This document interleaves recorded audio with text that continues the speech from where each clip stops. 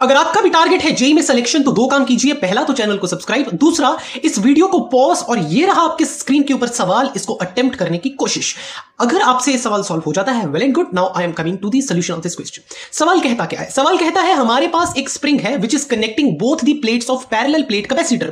Capacitor की दोनों plates के बीच में स्प्रिंग को लगाया गया है। जब स्प्रिंग इक्विलिब्रियम में है, यानी कि कोई इलोंगेशन कंप्रेशन नहीं है, तब इसकी लेंथ 5d है। यहां से समझने वाली बात यह है कि प्लेट्स के बीच का डिस्टेंस भी 5d आ गया। सवाल कहता है when spring is elongated by distance d, जब उसको d से इलोंगेट किया गया तो कैपेसिटेंस जो है वो c है। अब क्योंकि उसको d से इलोंगेट किया गया तो क्या प्लेट्स के बीच का डिस्टेंस भी d से बढ़ गया, यानी कि प्लेट्स के बीच का डिस्टेंस अब 5d प्लस d 6d हो गया, यानी capacitance a epsilon naught upon जो डिस्टेंस प्लेट्स के बीच में है दैट इज 6d हो गया।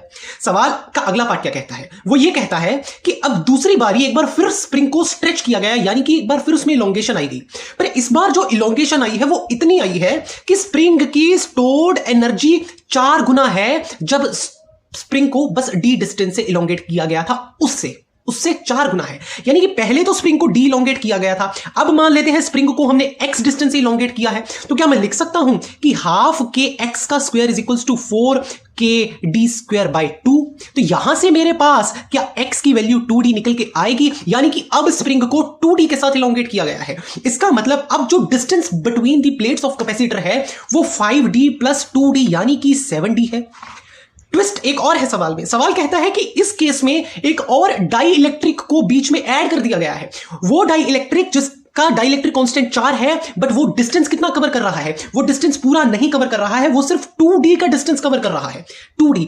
तो यहां पे हम फॉर्मूला लगाएंगे। जब एक डाइलेक्ट्रिक कुछ पार्ट को कवर करता है तो कैपेसिटेंस होती है a epsilon naught upon d minus t plus t by k। तो क्या यहां से c is equals to a epsilon naught upon 7d minus 2d plus 2d by 4 लिख सकता हूं? बिल्कुल। इसको सॉल्व करेंगे तो 2a epsilon naught upon 11d निकल के आएगा। इसको हम c न्यू कहेंगे। क्या मैं सी न्यू को सी ओल्ड की फॉर्म में लिख सकता हूं? बिल्कुल। वहां से ए एप्सिलॉन नोट को आप लिख सकते हैं क्या? 6cd। कैलकुलेट करेंगे तो हमारे पास सी न्यू निकल के आएगी 12/11 सी ओल्ड। सवाल कहता है कि 12/11 ही n है और हमसे पूछा गया है 11/3 n की वैल्यू। तो जब मैं n की जगह 12/11 पुट करूंगा तो मेरे पास इस सवाल का जवाब 4 निकल के आ जाएगा। वही इस सवाल का न्यूमेरिकल आंसर है।